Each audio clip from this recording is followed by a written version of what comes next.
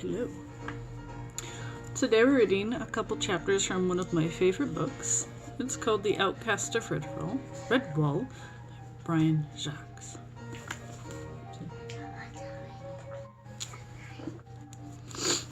Today's music is by Chopin.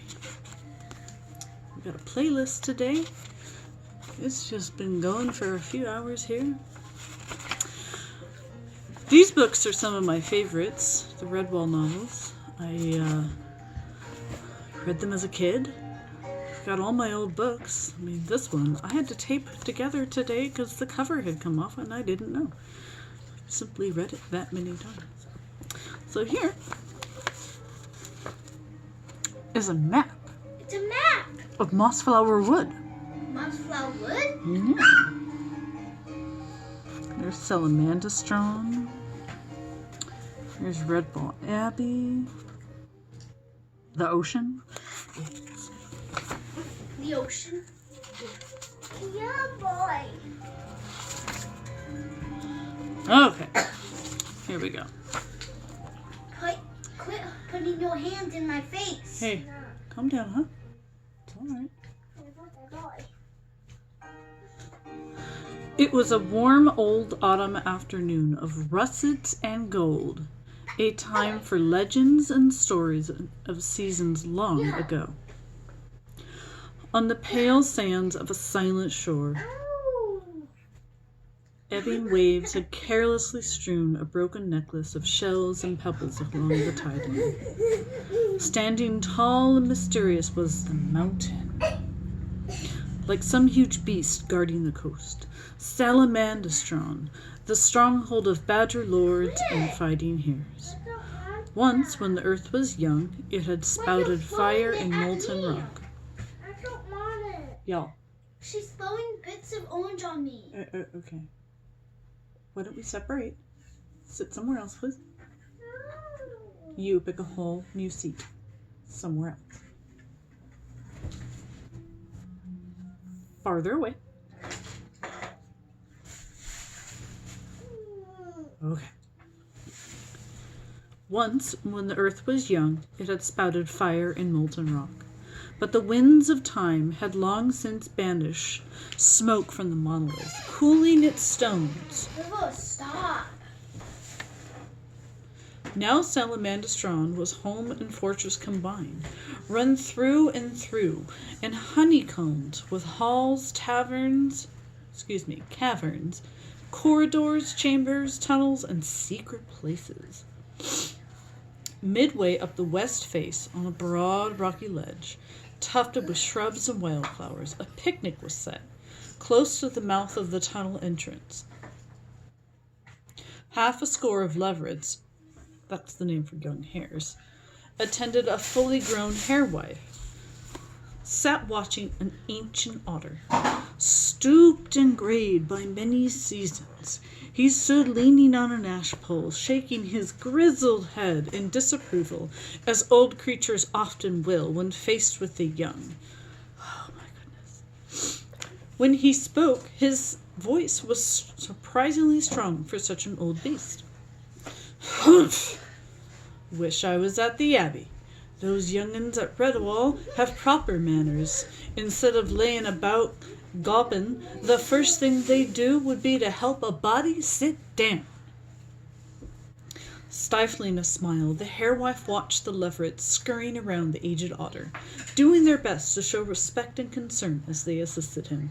A seat, you say? Nothing simpler, old chap. I mean, sir. Pop yourself down here, sir. The grass is nice and soft, what? Whoops-a-daisy, easy does it, old sir. Lean you back on this rock, that's the ticket. Right-o, ancient one. Comfy now? The venerable beast nodded slowly. Well enough, thank you. Now, are you all going to stand there watching a poor creature starve? There followed a further scuffle as the young hares set food and drink before their guest. Enough tuck to kill a duck here, sir. Summer salad and a beaker of old mountain ale. How about some fresh baked carrot and leek flan? Some scones with gooseberry jelly. Very good, you know. Rather, Give the old chap a hot pasty. When the old otter was served, the hare wife beckoned to the young ones to go back to their seats. Good show, chaps, but mind your manners, or old Mr. Rilbrook won't tell you a story. Beneath fuzzy brows, Rilbrook's old eyes glinted mischievously.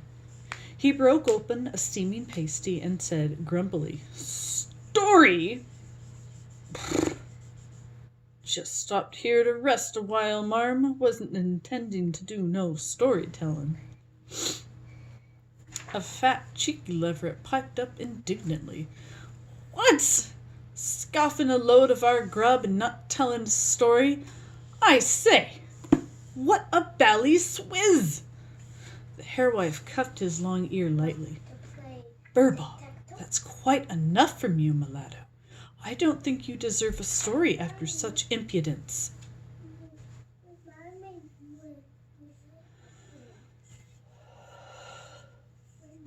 Rilbrook took a deep draught of mountain ale, smacked his lips, and wiped a paw across his mouth. "Oh, I don't know. A good story often teaches rotters and rogues to be better creatures." The leveret shouted encouragement eagerly. "Rather, tell on, old chap.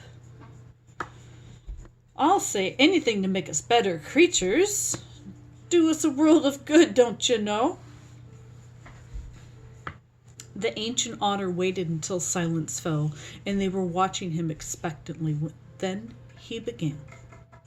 "They call me Rilbrook the Wanderer, son of Rilbrook the Wanderer. My grandsire was Rilbrook the Wanderer."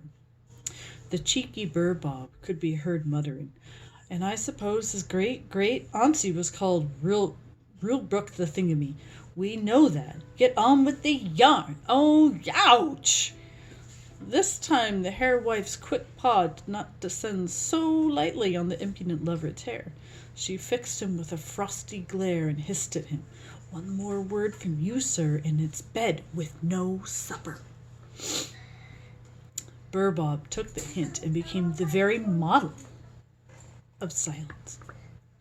The ancient otter started from where he had left off. "I have wandered all the seasons of my life, near and far, sometimes under forgotten skies, along hidden streams, across silent forests. I have seen many, many things. Mountains topped with snow, hot wastelands where creatures would kill for water. I have eaten among strange beasts, listened to their songs, poems, and stories. Words that have brought tears and laughter to these old eyes. I have heard tales so mysterious they trouble my memory and still return to roam my dreams on lonely nights. Listen now, and I will relate to you a mighty saga. It concerns a badger lord who once ruled this mountain, and his mortal enemy, a ferret warlord. The destiny of these two beasts would be entwined with many creatures, but mainly with two young ones who dwelt at the Abbey of Redwall.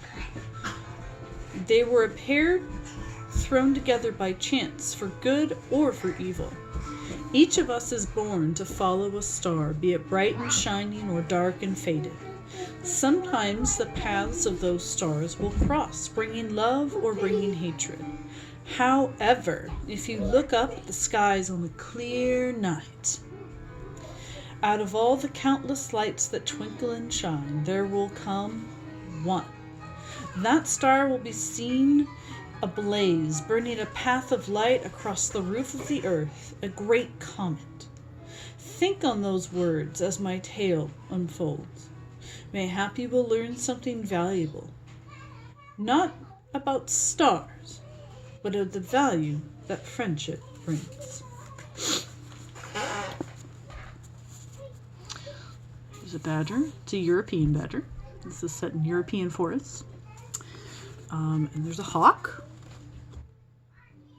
The hawk looks a little upset, right? Badgers look like they're pretty chill, but they can be pretty funky too. They got teeth. Okay. There's a little illustration. These books don't have many illustrations. You've got these little ones at the start of a chapter that looks like somebody riding a European badger. Doesn't look like it's a nice scenario, right? Chapter 1. Scarlath the kestrel fledged later than his brothers and sisters. The autumn was almost over when he left the nest, never to return. This is the way with hawks. They are fierce and independent, free spirits who love to soar high. So it was with Scarlath, but being young and reckless, he flew north and was trapped by winter. Howling gales from the edges of the world bore him away. The young kestrel was held captive by a swirling mass of snow that swept him over hill, dale, and forest. Shrieking winds drove him along, a bundle of wet feathers in a tight cocoon of damp white flakes that built on his plumage in small drifts. Helpless, Scarlath was shot like an arrow into a forest, his body smashed against the trunk of an old hornbeam tree. Relentlessly, the storm plunged onward, keening a wild dirge, leaving in its wake the unconscious young kestrel.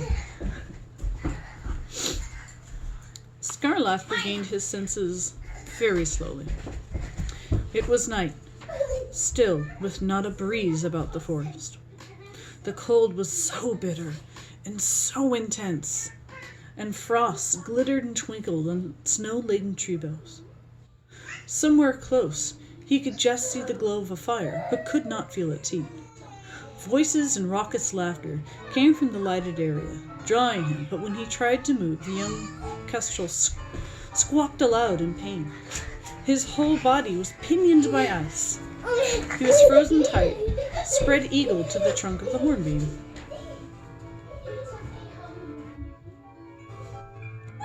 Swart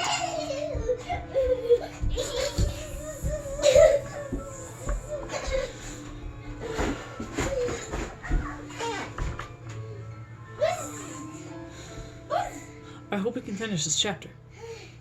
Swart's Sixclaw sat closest to the fire. He was a young ferret, but obviously the leader of the 30 vermin who made up the band. Tall, vicious, and sinewy, Swart had made himself chieftain because he was quicker and stronger than any who dared to challenge him. He was a fearsome sight to friend and foe alike, his face striped in a sloping pattern of purple and green dye, his teeth stained a glistening red. Round his neck hung the teeth and claws of dead enemies. His left forepaw bore 6 claws. It rested on the hilt of a long, curved sword thrust through a belt made of snakeskin. The kestrel's agonized cries brought Swart upright. Kicking the nearby stoat, he snarled, "Tratic! Go and see what's making that noise."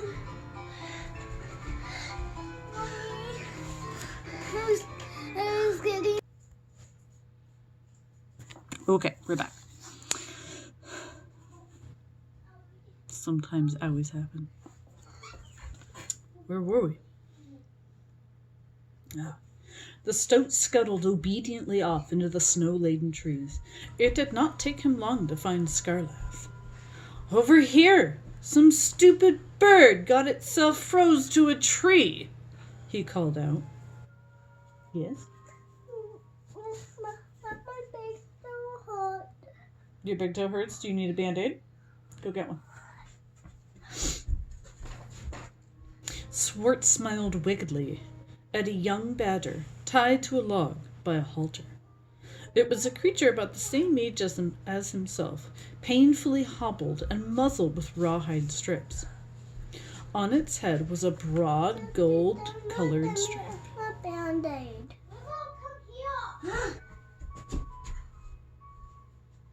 On its head was a broad golden-colored stripe. Drawing his sword, the ferret touched its point to the rare-colored stripe.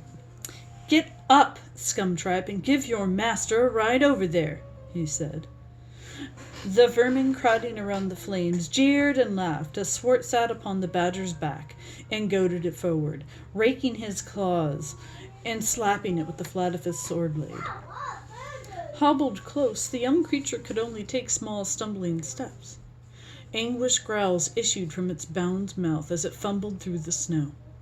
Swart thought it no end of a joke, shouting aloud for the benefit of his band. "Giddy up, scum-tripe, you great lazy striped dog! Move!" Scarlath eyed the ferret fearfully as Swart brought his face close, leering and licking his lips. "Well now, what have we here? A kestrel, not as tasty as quail or wood pigeon, but young and tender, I'll wager. And stuck fast by the ice, are you, bird? That'll keep you nice and fresh until you join me at breakfast." Then, dragging the badger cruelly up, he tied the halter attached to its muzzle to an overhanging limb of the hornbeam. "Here's a good job for you, scum-tripe. Guard my breakfast until morning. You're getting too fat and lazy laying by the fire." Swart Sixclaw strode off, chuckling, to rejoin his band round the flames, leaving the unfortunate pair fastened to the tree. An hour passed, when all that could be heard was the crackling of pine logs as the flames devoured them. The vermin camp was silenced in sleep. Yes? Can I do some math on the computer? Go ahead. Go ahead. Or was it? Mama.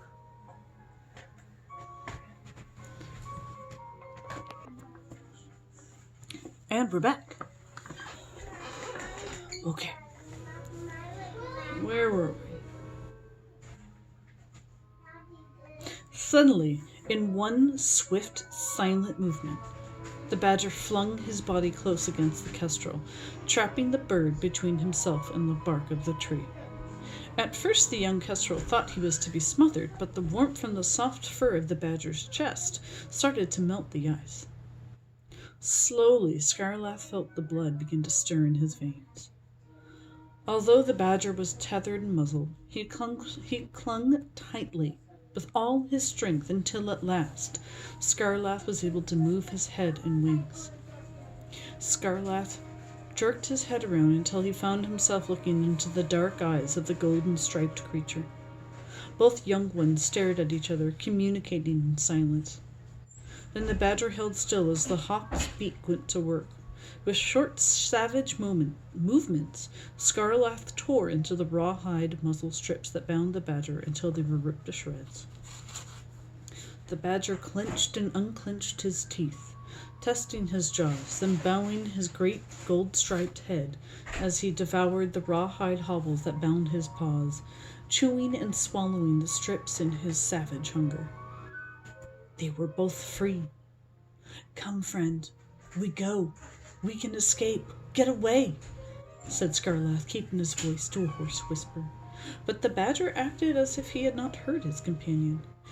Fierce anger burned in his eyes. Stretching his powerful young limbs, the badger seized a bow of the hornbeam and snapped it from the tree with a single wrench. Smashing the bow against the tree trunk, he broke it in two. Then, casting aside the thin end, he gripped the heavier piece with both paws. When you're done, can you move the dishes? Yes. This. It was about half his own height, thicker at one end than the other, like some huge rough club. Roaring out his challenge, he charged the unwary vermin around the fire. "Eulalia!" The camp came to life instantly. 2 vermin fell under the club as the badger threw himself at Swart. Before the ferret had half drawn his sword, the badger's club thudded hard against his foe's 6-clawed paw. Swart screeched and fell back, injured, yelling to his creature, "Stop him! Kill him!" Scarlath saw the badger disappear under a crowd of vermin as they tried to bring him down, and he hurtled in, ripping and stabbing with beak and talons. Though the badger was weighted by foe beasts, it seemed none could fell him. He stood there like a mighty young oak tree, flailing his club, his deep-throated war cry ringing through the forest. Scarlath decided then that his friend was totally mad. The vermin numbers would tell soon, and the badger would be brought down to be slain. Fighting his way through, the kestrel landed upon the badger's shoulder, and he cried into his ear, "Friends, come away, or we'll both be killed. Escape!" The badger struggled to the fire's edge, and using his club, he scattered the blazing logs into the ranks of his enemies. Flames whirred and sparks showered as he battered burning wood simply everywhere. It sizzled and steamed in the snow, throwing up choking clouds of smoke and wood ash. Then the two friends were away, the badger bounding through the night forest with Scarlath perched upon his shoulder. Bursting with the energy of freedom, they traveled tirelessly, crashing through brush, briar, and bramble in a welter of flying snow. Back in the ruined camp, all was confusion, smoke, ashes, and freezing in the dark night. A weasel called Mugra extricated himself from a snowdrift where the badger's club had bowled him. Rubbing his aching back, he crawled over to where an older vixen named Nightshade was ministering to Swart, binding his 6-clawed paw with a poultice of herbs and snow. Mugra sneaked a paw full of the herbs and rubbed them onto his own back, saying, "Shall we follow them and slay them with arrows?" The vixen answered without even looking up from her task, "Aye, best to do it right away before they get too far." Bad-temperedly, Swart made as if to raise his 6-clawed paw and swipe at them both, but the movement caused him to snarl in agony. His paw hung limp and throbbing. "Ugh! Idiots, get the fire going. Quick, before we freeze to death in the dark out here," he spat. "Follow them." With me paw smashed and ruined and 5 slain, another 5 maybe, wounded or injured, I give the orders around here, mudbrains. We follow them when I'm ready and not before. With lightning speed, he shot out his good paw, and seizing the weasel Mugger by the neck, he pulled him close, his hot breath vaporizing on the weasel's face as he hissed. But when this paw's fixed and I've had a good rest by a good fire, there'll be no place that badger can hide from Swart's 6-claw. I'll follow that one to the edge of the world or to Hellgates, and he'll take a long time to die at the blade of my sword. I'll hunt him to the death and slay him bit by bit, even if it takes me 10 seasons. The vixen Nightshade continued binding Swart's paws, fixing the herbs and snow tight with mud from the earth where the fire had been, and strips of aspen bark. If you leave it later than tonight, it will take you a lifetime," she said as she worked. Swart winced as the dressing was tightened. "Oh, you shut your slimy mouth, fox always see in the future. We're saying that you do. I could fix your future with one swing of me sword. That would keep you quiet." Mugra was choking under Swart's grip. The ferret looked at the weasel as if just noticing. "What are you doing, gurgling there? Didn't I tell you to get a fire going? Tradic, Hafron, get out and forage for dry timber. The rest of you, get shot of those dead beasts and clear this place up." He flung the weasel aside. Later, as fresh flames licked hungrily around resinous pine boughs, Swart lay back, gritting his teeth and muttering savagely, "We'll meet again, Badger. Make the best of these few days you've got left. I'll find you, Scumtribe."